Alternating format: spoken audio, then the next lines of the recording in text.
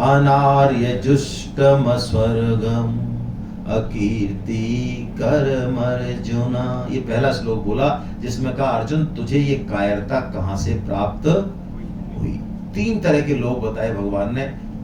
श्रेष्ठ पुरुष, जो अच्छे पुरुष हैं वो इसका सेवन नहीं करते, जो स्वर्ग जाने वाले हैं वो भी इसका सेवन नहीं करते, और जो संसार में मान बढ़ाई चाहते हैं, कीर्ति चाहते हैं, अपना नाम चाहते हैं, वो भी सेवन इसका नहीं करते। और क्या कह रहे हैं?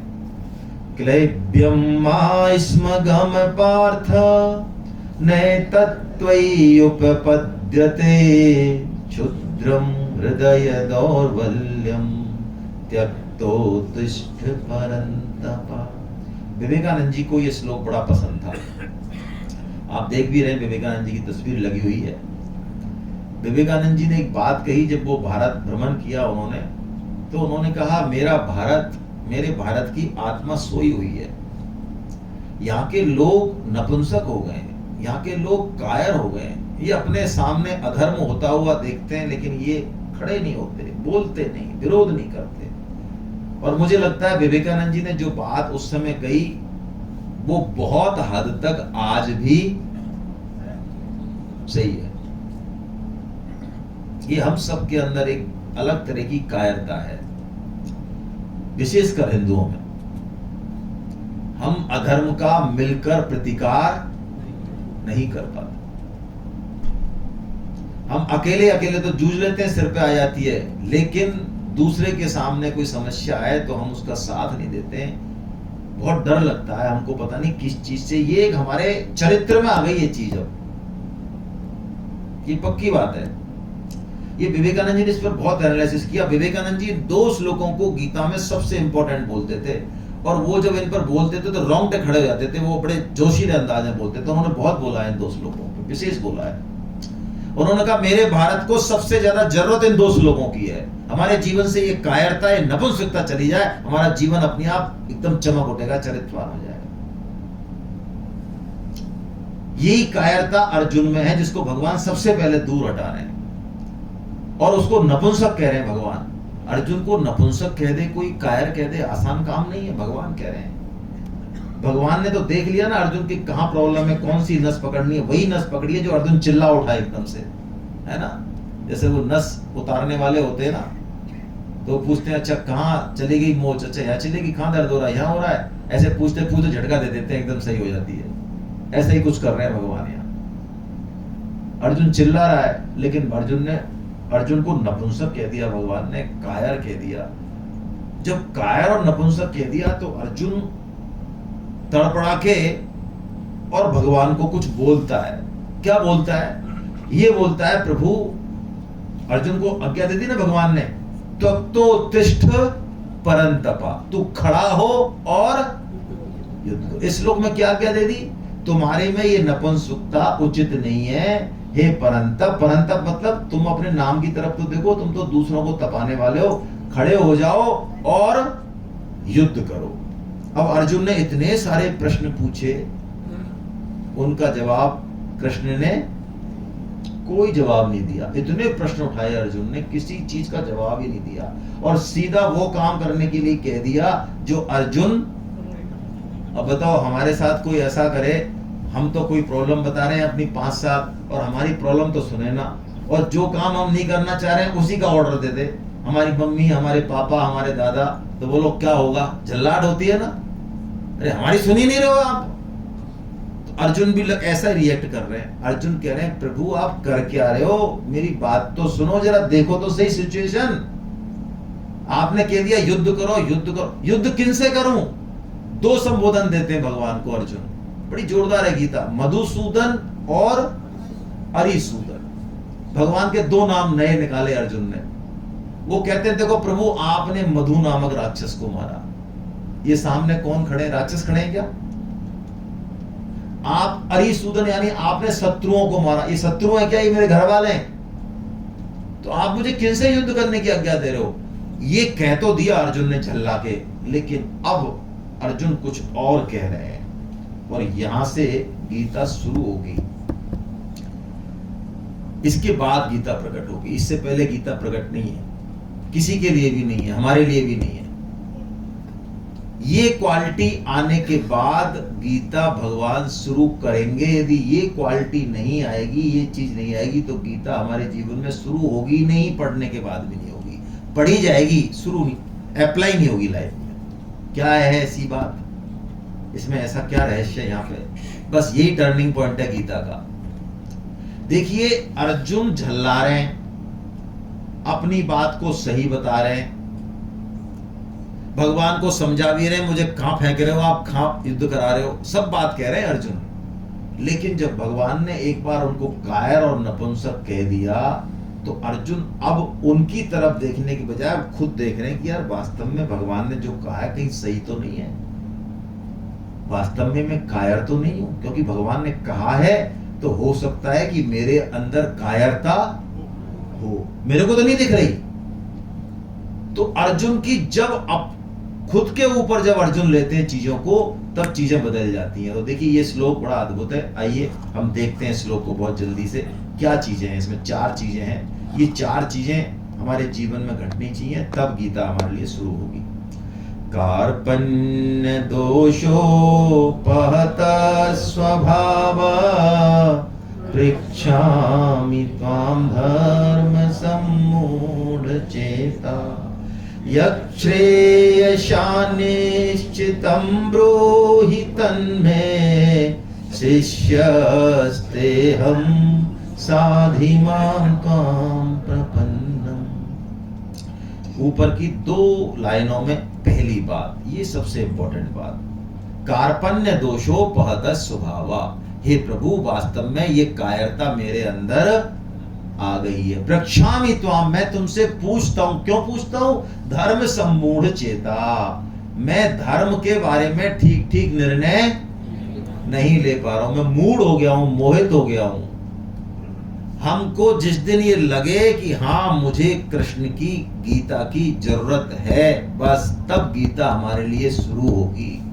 और यदि हमको लगे कि नहीं यार, हमको तो बहुत नॉलेज है, हम अखबार पढ़ते हैं और हमको कॉमन सेंस भी बहुत अच्छा है, हमको क्या करना है, गीता बीता से हमारा काम आराम से चल रहा है, तो गीता हमारे लिए शुरू ही नहीं। सबसे पहले एक्सेप्टेंस, ये स्वीकारोक्ति कि हाँ कृष्ण मुझे आपकी जरूरत है, मेरी लाइफ में आपकी जरूरत है, मेरी मन बुद्धि ठीक ठीक काम नहीं कर रहे हैं, ये पहली बात है। उसके बाद कृष्ण चालू होंगे। दूसरी बात क्या है? अर्जुन कह रहे हैं यह श्रेय, मुझे श्रेय चाहिए। श्रेय मतलब अपना कल्याण चाहिए। कल्याण मतलब देखिए 2 चीजें होती है, तो प्रेय होता है और एक श्रेय होता है। प्रेय होता है भौतिक संपत्ति, भौतिक उन्नति, भौतिक प्रगति, सुख, ये प्रेय है, ये भी जरूरी है, मना नहीं है गीता में। लेकिन यदि इसी को चरम मान लिया, इसके बाद कुछ और है आध्यात्मिक प्रगति, वो श्रेय है। तो अर्जुन की डिमांड क्या है? कल्याण, श्रेय। देखो हमारे यहाँ 4 आश्रम बताए, गृहस्थ के बाद कौन सा चालू हो जाता है? कब से चालू होता है? देखो 60 कर लिया इन्होंने, पढ़े लिखों ने पढ़ा। शास्त्र तो कह रहा है कि 50 के बाद, इन्होंने 60 कर दिया कि हमारी रिटायरमेंट एज 60 है। तो निकल जाओ अभी घर से, लाओ 60 के बाद भी। तो वानप्रस्थ का मतलब क्या है भाई? वानप्रस्थ का मतलब है गृहस्थ में जो कुछ अब तक करना, जितना प्रूव करना था अच्छे से करना था, ये भी अच्छे से अच्छा करना है। बढ़िया पैकेज, बढ़िया पैसा, बढ़िया समाज को सर्विस, ये ठीक से करना है। यदि ये ठीक से नहीं किया तो ये छूटेगा नहीं, ध्यान रखना। गीता को गलत तरीके से नहीं पकड़ना है, कुछ नहीं हम तो कुछ नहीं चाहते, ना सैलरी चाहते हैं, ना, अरे क्या नहीं चाहते हो? पहले चाहो तो सही, जब तो छोड़ोगे। नंगा नहाएगा क्या, निचोड़ेगा क्या? तो गृहस्थ में पहले प्रूव किया अपने आप को देश के, समाज के लिए। लेकिन ये चरम टारगेट नहीं है। अब हमको 51वें साल से अपने लक्ष्य की तरफ चल देना, घर में रहते हुए। कलयुग में ये सुविधा है हमको, हेलो, जंगल में तपना नहीं है, बिना बिजली के, बिना टीवी के, बिना मोबाइल की जिंदगी नहीं बितानी, चिंता मत करो। कलयुग में क्या रिकमेंडेशन है? कलयुग में ये है कि घर में रहते हुए भी घर को अपना घर नहीं माने, धीरे धीरे अपने को बिल्कुल संकुचित करते जाएं। और ये पक्की बात मान ले, यदि आपने संकुचित किया, जिम्मेदारी दी, धीरे धीरे हम सुखी रहेंगे, बहुत इज्जत रहेगी हमारी घर में। ये वही है, श्रेय की तरफ चलना है। ये वानप्रस्थ, संन्यास, की तैयारी का टाइम है। जो ग्रस्त में 25-30 साल निकाय, जो रगड़ पड़ गई, जो संस्कार पड़ गए, उनको धीरे धीरे छूटेंगे, वो एक दिन में नहीं छोड़ेंगे। तो वानप्रस्थ जंप लगाने की तैयारी है। यदि वानप्रस्थ ठीक से कर लिया तो जंप लग जाएगा लास्ट में, लेकिन वानप्रस्थ में भी वही करते रहे जो अब तक करते आए, गड़बड़ होगी। तीसरी बात, अर्जुन भगवान के शिष्य बन जाते हैं। शिष्यस्ते हम, कितनी बढ़िया बात है। हमारा अहंकार इतना ऊंचा होता है कि हम आराम से किसी के आगे झुकते नहीं है। झुक जाएंगे बताओ? कहां झुकते हैं? नहीं झुकते हैं। रिश्तों में जो कड़बड़ाहट होती है, कोई भी रिश्ता उठा लो, उसके मूल में ये ईगो क्लैशिंग ही मिलेगी आपको। ऑफिस में भी ईगो क्लैशिंग ही मिलेगी, मैक्सिमम जगह ईगो क्लैशिंग मिलेगी। जिसमें अड़ने का स्वभाव नहीं है, वो किसी के साथ भी फिट हो जाता है, सब उसको पसंद करते हैं। ये अर्जुन है जो अपने सारथी में गुरु देख लेते हैं। हम गुरु में गुरु नहीं देख पाए। हमको वहां पे भी कोई ना कोई दोष दिखेगा और हम पूछेंगे, अच्छा तो भाई साहब आपने ऐसा क्यों किया? आपको तो ऐसा करना चाहिए था। हमारे तो ऐसे लोग मिलते हैं, वो गीता में वो भगवान के ऊपर वो लगाते हैं, चेक लगाते हैं, भाई साहब कृष्ण ने गीता में ये 3-4 काम बहुत गलत किए हैं ना, इन्होंने एक भी नहीं किया। क्योंकि सुप्रीम कोर्ट भी इन्हीं का है, वकील भी इनका, जजमेंट भी इन्हीं का है। और लेकिन भगवान का जब लगेगा ना ऊपर से फटका, तो सब याद आ जाएगा। कृष्ण को पूछ रहे हैं कि उन्होंने ये 3-4 काम गलत क्यों करे, बोलो। उनको भी अपने दायरे में ले लिया। गुरुपना तो छोड़ो, उन पे भी क्वेश्चनिंग है। जो जीवन दे रहे हैं हमको ये नहीं पता, उस पे भी क्वेश्चनिंग है, तो शिष्य बन जाते हैं। और चौथी बात, अर्जुन भगवान के शरणागत हो जाते हैं। हे नाथ, मैं केवल आपका शरणागत। जैसे बच्चा माँ के शरणागत होता है, तो अब जिम्मेदारी भगवान की आ गई। जब हम शरण हो जाते हैं ना भगवान के, ये एक ऐसा मार्ग है, स्वामी जी ने कहा है कि किसी को कोई पढ़ना नहीं आए, लिखना नहीं आए, गीता नहीं आए, कुछ नहीं आए, लेकिन भगवान के शरणागत हो जाए अंदर से। प्रभु अब हम, तू बता कैसे चलना है, तू कहे वो करे। हम तो, हमारे मन का कुछ नहीं है, आप जैसे नचाओगे हम तैयार हैं। बताओ, आपके भक्त जैसे कह रहे हैं, स्वामी जी कह रहे हैं, हम वैसे चलने को तैयार हैं। आप नहीं बात करते, आपके भक्त तो बात कर रहे हैं। अरे आप डायरेक्ट नहीं करते, आपकी गीता कह रही है, वो कैसे नचा रही है, हम वैसे नाचने को तैयार हैं। शरणागति में ये भाव आ जाए, बस तैयार मांगा। शरणागति कहने से नहीं होती, षड्विधा शरणागति होती है। 6 बातें होती हैं, आपकी किताब में लिखा हुआ, पढ़ लेना। 2 ही बातें बता रहा हूं बस मैं। लोग कहते हैं हम शरणागत हैं, शरणागत हैं, आजकल ये चल गया है, हम भगवान की शरणागत हैं, शरणागत हैं। ऐसे नहीं होती शरणागति। शरणागति के 6 पॉइंट है, तब शरणागति होती है। चेक करें अपने आप को, सिर्फ 2 पॉइंट, 4 पढ़ लेना किताब में से। आनुकूलस्य संकल्पम प्रतिकूलस्य वर्जनम, ये तो पहली लाइन। आनुकूलस्य संकल्प मतलब जो भगवान के अनुकूल है, जो भगवान ने आज्ञा दी है गीता में, उसको करने का तो संकल्प लेना है। समझ रहे? भगवान ने कहा गीता प्रचार मेरा सबसे प्रिय काम है, तो अब हमको गीता आए चाहे नहीं आए, हम तो गीता में लोगों को जोड़ रहे हैं। अभी देखो एक बहन जी थी, मैंने पूछा बाहर आप नाश्ता कर लो, वो कह रहे थे, मैंने कि इनको एक उनके साथ एक वो थी, हाँ ये रही, वो एक नई उनको लेके आए। मैंने कहा ये कौन है? कि आपने कहा था ना किसी नए व्यक्ति को लाना, तो मैं इनको ले आई। मेरे सहेली हैं, जो भी हैं, रिश्तेदार हैं, मुझे नहीं पता। देखो आप भगवान का काम कर रही हैं, गीता खुद भी पढ़ रही हैं, दूसरों को प्रचार में लगा रही हैं। इनकी तो रॉयल्टी कमाई, ये डबल कमाई कर रही हैं, ये रॉयल्टी इनकम कर रही है, स्मार्ट वर्किंग है ये। तो अनुकूलस्य का मतलब है जो भगवान ने कहा वो तो करेंगे, और प्रतिकूलस्य वर्जनम मतलब जो उन्होंने मना किया वो ये नहीं करेंगे, तो मन की, और बाकी भाई साहब हम आपके शरणागत हैं, तो भगवान ठीक कर देंगे। फिर डिग्री शरणागत होने के बाद भी जो है गड़बड़ हो जाएगी। तो ये शरणागति भगवान का। अब भगवान अर्जुन को अपने शरण में ले रहे हैं, खुद ही लेते हैं भगवान। और सबसे पहले सांख्य योग का उपदेश दे रहे हैं। देखिए सांख्य जो विवेकवान हैं, जो त्यागी तपस्वी हैं, ये उनके लिए भाई हैं। जीवन के प्रति जिनकी कोई आसक्ति नहीं है, जो ऐसे चीजों को छोड़ते हैं, घर को छोड़ते हैं, पद को छोड़ते हैं, आसक्ति को ऐसे छोड़ते हैं चुटकी बजा के, ये उनके लिए है। ये हमारे जैसों के लिए नहीं है। आप बिल्कुल इसको अदरवाइज मत लेना। चाय नहीं छोड़ती हमसे, चाय पान मसाला नहीं छूटता हमसे, जर्दा नहीं छूटता हमसे, व्हाट्सएप नहीं छूटता हमसे। जग नहीं सकते हम 4 बजे। 50 फफूंद है हमारे जीवन में जो पता है हमको कि नहीं करनी चाहिए, लेकिन छूट नहीं सकते अब। बोलो। और हम सांख्यों पे चर्चा करेंगे, चर्चा ही करेंगे बस। कक्का नहीं आना हमसे सांख्यों का। हम पे सांख्यों के लिए वो त्याग तपस्या चाहिए जीवन में, वो ताकत चाहिए, वो बुद्धि, वो प्रज्ञा बनती है। फिर वो बुद्धि नहीं रहती है, फिर वो प्रज्ञा बनती है उस तपस्या से, उस संयम से। और वो प्रज्ञा फिर वो भेदन करती है शास्त्र का। अभी तो सिर्फ शब्द पढ़ सकते हैं हम सांख्यों के। तो हम सांख्यों को बिल्कुल जैसा स्वामी जी ने समझाया बस हम इतना ही समझ लें काम चलाने के लिए। हम इस पर कोई बहुत बड़ी चर्चा करने वाले नहीं है। क्यों? इसलिए नहीं करने वाले, हम इसके योग्य नहीं है। सांख्य का मतलब क्या है? सांख्य को ज्ञान योग भी कहते हैं। तो स्वामी जी ने एक बड़ी प्यारी बात बताई, बहुत अच्छी चीज बताई।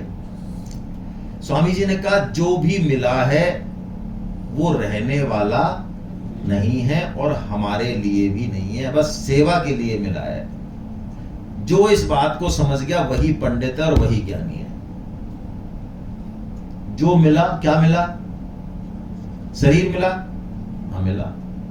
संबंध मिले, बच्चे मिले, माता पिता मिले, पति पत्नी, जो भी मिला ये मिले ही ना कि लेके आए संग में, मिले ना। धन मिला, यहां से कोई कला कौशल सीख लिया, बहुत बड़े कोई समाज में प्रतिष्ठित, उस पे आगे कोई आपके पास स्किल है, ठीक है, बहुत अच्छी बात है।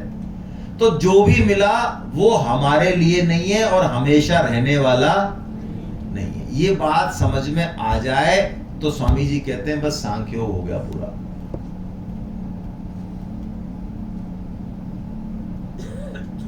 और इसको बनाए रखने की इच्छा कि नहीं ये जो है, ये पद है, ये लोग है, ये घर है, ये जो हमारी एकदम अनुकूल स्थितियां हैं जो गुड़ी गुड़ी गुड़ी गुड़ी हो रही है, ये ऐसे ही गुड़ी गुड़ी गुड़ी गुड़ी चलती रहे, ये क्या है? ये अज्ञान है। ये तो है ज्ञान और ये क्या है? और इसी के लिए पूजा हो रही है कि भाई साहब ये गुड़ी गुड़ी गुड़ी गुड़ी चलती रहे। अरे कर क्या रहा है? भगवान तो ठोक के कह रहे हैं गुड़ी गुड़ी तो खत्म हो गई, गुड़गुड़ बंद हो जाएगी, और हम पूजा इसलिए कर रहे हैं कि ये जो है वो सब ये बना रहे हैं। क्या है भाई? ये कौन सी भक्ति है? ये सब जाने वाला है। और स्वामी जी तो और इंपॉर्टेंट बात बताते हैं, ये बात तो समझ में कम आती है तो और आगे जाते हैं स्वामी जी। स्वामी जी कहते हैं जाने वाला नहीं है, ये जा ही रहा है। स्वामी जी ने तो ऐसी बढ़िया बात कही जो दिमाग में एकदम चोट पड़ती है। स्वामी जी ने कहा जब हम इस पाथे कन में आए 9 बजे, 10 बजे आए, नाश्ता लेट हो गया, तो चलो 9 बजे तो आ ही गए, घर से तो आ ही गए, और अब बज गए 11:30। तो हमको नहीं पता हमारे जीवन में कितनी उम्र है। भगवान करे हम सब 100 साल जिए, क्योंकि वेदों की यही आज्ञा है, इसमें कोई दिक्कत नहीं है ना। जिजीविषाम शतम क्षमा कहा है हमारे शास्त्रों ने, 100 साल जीना ही चाहिए। लेकिन उस 100 साल में से 2 घंटे कम हो गए, इसमें तो किसी को दिक्कत नहीं है। अब 100 जिएगा कि 90 जिएगा, 70 जिएगा, 80 जिएगा, उस पर तो लड़ाई हो सकती है, लेकिन 2 घंटे हमारे कम हो गए, इसको पकड़ना है बस। ये सांख्य योग है। धन यौवन यो जाएंगे, जेहि विधि उड़त कपूर, नारायण गोपाल भज, क्यों चाटत जग दूर। बहुत गई थोड़ी रही, नारायण अब चेत, काल चिरैया चुग रही, निश दिन आयु खेत। पता नहीं चलेगा, ऐसे चुटकी में जीवन जाएगा। हम लोग कहते हैं अरे भाई साहब बताया ही नहीं इन्होंने, अचानक चले गए। अच्छा, टेलीफोन करके बताते हैं आपको भाई साहब हम जा रहे हैं,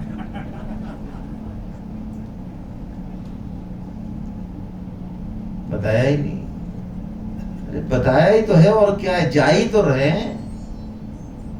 अब दुख क्यों होगा? अब इसमें एक बड़ी रहस्य की बात, जाने के बाद रोए वो, दुख वो मनाए जिसने उस मनुष्य शरीर का सदुपयोग नहीं किया। वो तो रोए, रोना ही चाहिए उसको। तो सदुपयोग कर लिया तो रोने की बात नहीं है, फिर उत्सव मनाने की बात है।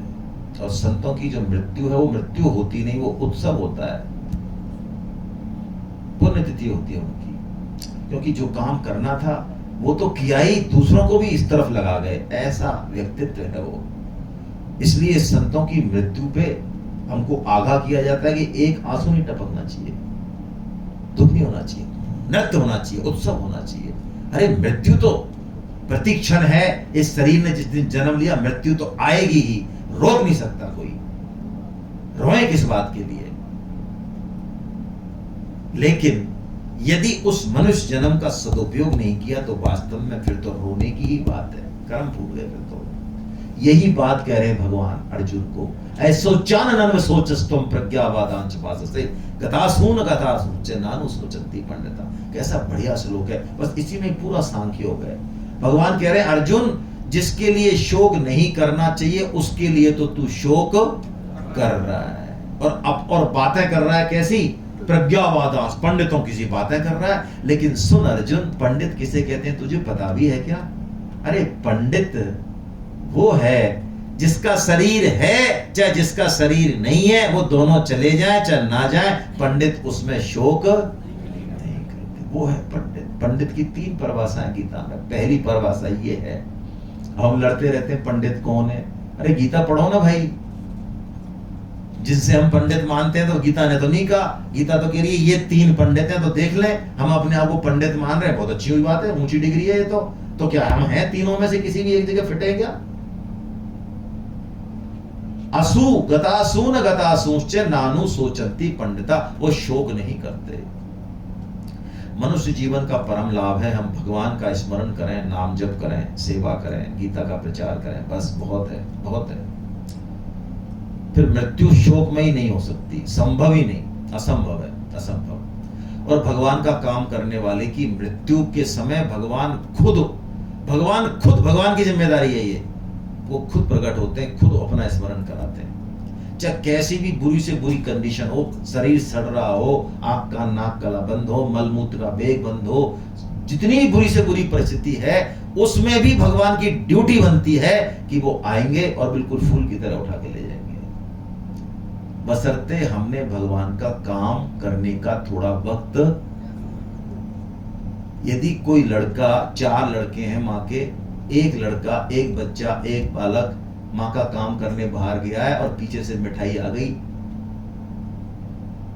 तो तीनों बच्चे तैयार हैं मिठाई पे टूटने के लिए। बात हो रही है 40-50 साल पहले की, आजकल के बच्चे नहीं खाते हैं। 50 साल पहले पैकेट आता था मिठाई का, आता ही आता था, जाता खाता ये पता नहीं चलता था, सीआईडी के बाद भी। तो तीनों बच्चे टूट रहे मिठाई के पैकेट पे, तो माँ ने उनका हिस्सा दे दिया। उसके बाद भी उनकी नजर तो है ही कैसे पार करने। तो आपको क्या लगता है जिसको बच्चे को पता ही नहीं है कि मिठाई नाम की चिड़िया आई गई कहाँ गई, उसको उसका हिस्सा रखेगी माँ? नहीं रखेगी, रखेगी, ज्यादा रखेगी।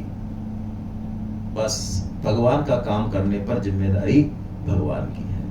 ये सांख्यो, हम विवेक पूर्वक इस चीज का ध्यान रखें। मैं प्रणाम करता हूँ, पीछे पीछे जो है माता जी बैठी हैं, है ना, उनको चलने में तकलीफ होती है। देखिए आप इतनी उम्र की हैं और ये पथमेड़ा भी गई हमारे साथ, पथमेड़ा की सेमिनार में भी गई, और इन्होंने खूब क्लास अटेंड करती हैं, गीता कम नहीं सुनी है, लेकिन इनका भाव ऐसा है अपने बेटे को दे दे ठोसा कैसे भी करके पकड़ के और सेमिनार में आ गई हैं। बेटे को ले आए, वो मेरे से कह रहे थे भाई साहब क्या करूं, मम्मी जो है माता जी कह रही नहीं लेके चल, मेरे को लेके चल। बोलो आप कितनी उम्र है, बहुत चलने, एक एक पैर चलने में बहुत मुश्किल है और पूरा बैठेंगे, इतना भाव है इनका भगवान के प्रति। चलिए ये सांख्य योग हो गया। अब ये सांख्य योग कैसे पचे, इसके लिए कर्म योग, भगवान कर्म योग बताते हैं गीता में। पहले सांख्य योग कहते हैं, फिर कर्म योग कहते हैं, और कर्म योग की अनुशंसा करते हैं भगवान। सांख्य योग की अनुशंसा नहीं करते गीता में। सांख्य योग को हमने समझ लिया बहुत है, गीता कहते हैं तू कर्म योग का आचरण कर अर्जुन, इससे जाएगा तू। यानी हम सब के लिए कौन सा योग बताया भगवान ने गीता में? कर्म योग। तो कर्म योग कैसे शुरू होगा वो हम देखते हैं। सांख्य योग तो हो गया, ये कर्म योग का पहला श्लोक बोला भगवान ने। कर्म योग शुरू करने के लिए ये बात बहुत जरूरी है, इसको समझें। आइए श्लोक पढ़ लेते हैं, फिर हम कर्म योग को देखते हैं थोड़ा सा। व्यवसायात्मिका बुद्धि रे के कुरु नंदन बहुशाखा हि अनंताश्चे बुद्धयो व्यवसायिना। हे कुरुनंदन, व्यवसाय आत्मका बुद्धि, ये जो व्यवसाय आत्मका बुद्धि है ये एक ही होती है। ये क्या है व्यवसाय आत्मका बुद्धि? व्यवसाय का मतलब है वो बिजनेस नहीं, निश्चय। निश्चय जैसे देखो, अब इधर जाना है कि इधर जाना है कि इधर जाना है, कौन सी ट्रेन पकड़े, किधर से जाए, ये कई तरह की चीजें हो सकती हैं, 50 ऑप्शन हो सकते हैं। लेकिन जैसे ही डिसीजन किया हमने कि नहीं, थ्रू आगरा चलेंगे यार, बस डन, एक हो गया ना डिसीजन।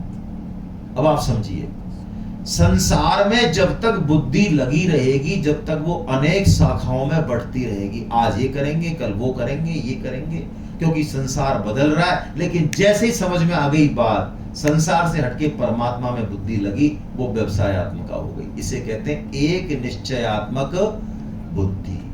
तो भगवान क्या कह रहे हैं? भगवान कह रहे हैं तुझे कर्म योग का आचरण करना है तो सबसे पहली आवश्यकता है तेरे अंदर कौन सी बुद्धि होनी चाहिए? एक निश्चयात्मक, बस और कुछ नहीं चाहिए। कर्म योग एक निश्चयात्मक बुद्धि मतलब जिस दिन ये बात समझ में आ जाए कि मनुष्य जीवन बहुत दुर्लभ है, समय पता नहीं कितना है, बहुत कम है, मौका बहुत मुश्किल से मिला है, और जो कुछ मिला है इसको मुझे जितना हो सके सेवा में लगा देना है, बस। जिस दिन ये बात जम गई दिमाग में, कर्म योग शुरू हो गया बैठे बैठे ही। और ये बड़ी जोरदार बात है कि हम सबको जो कुछ मिला है, सबके पास कुछ ना कुछ एक्स्ट्रा है, हम सबके पास है, सबके पास है। किसी के पास शरीर की ताकत होगी, किसी के पास पैसे की होगी, किसी के पास सेवा भाव होगा, किसी में भगवान ने कोई गुण दिया है, किसी में क्या वो जो हमको चीज दी है भगवान ने स्पेशल, सबके पास है वो अलग अलग। वो इसीलिए दिए कि हम उससे क्या करें? कर्म योग कर सकें, यानी हम दूसरों की सेवा कर सकें, घर की, समाज की, परिवार की। यदि जो हमारे पास एक्स्ट्रा है, यदि वो हमने सेवा में नहीं लगाया तो हमारे जैसा कृपण कोई नहीं, ये शास्त्र कहता है। व्यवसायत्मक बुद्धि हमने समझ लिया, जो मिला है वो हमारा नहीं है, ये तो सांख्योग से समझ लिया। अब कर्म योग ये कह रहा है कि जो मिला है उसका सदुपयोग हमको कैसे करना है, क्या करना है, यही कर्म योग है। और ये सब जगह हम जहां बैठे वहीं से शुरू हो जाएगा कर्म योग। कोई ऐसा नहीं है बहुत ज्यादा पैसा चाहिए, संपत्ति चाहिए, नहीं नहीं नहीं नहीं। जो ड्यूटी हमको मिली, दिन में हमारी 50 बार ड्यूटी बदलती है, सुबह से लेके रात तक हमारी ड्यूटी बदलती रहती है। जो ड्यूटी हमको मिल रही है, बस हम उस ड्यूटी को बिल्कुल ठीक से करते जाएं, अपने आप। आम के आम और गुठलियों के दाम, ऐसा है ये कर्मयोग। काम भी हो रहा है, बिजनेस हो रहा है, अपना ही बिजनेस हो रहा है, अपनी दुकान चल रही है, अपनी नौकरी हो रही है, अपने ही परिवार का पालन हो रहा है और कर्मयोग हो रहा है। वाह क्या बात है! हाँ यही है, ये कर्मयोग है ही ऐसा।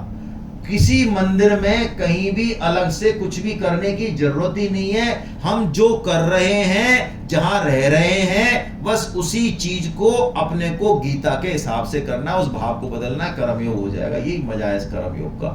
तो इतनी सरल चीजें तो महाराज कर क्यों नहीं सकते?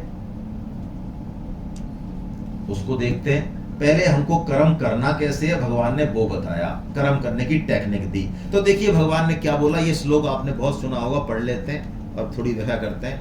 कर्मण्येवाधिकारस्ते मा फलेषु कदाचन मा कर्म फल हेतुर्भू मा ते संगोस्तक।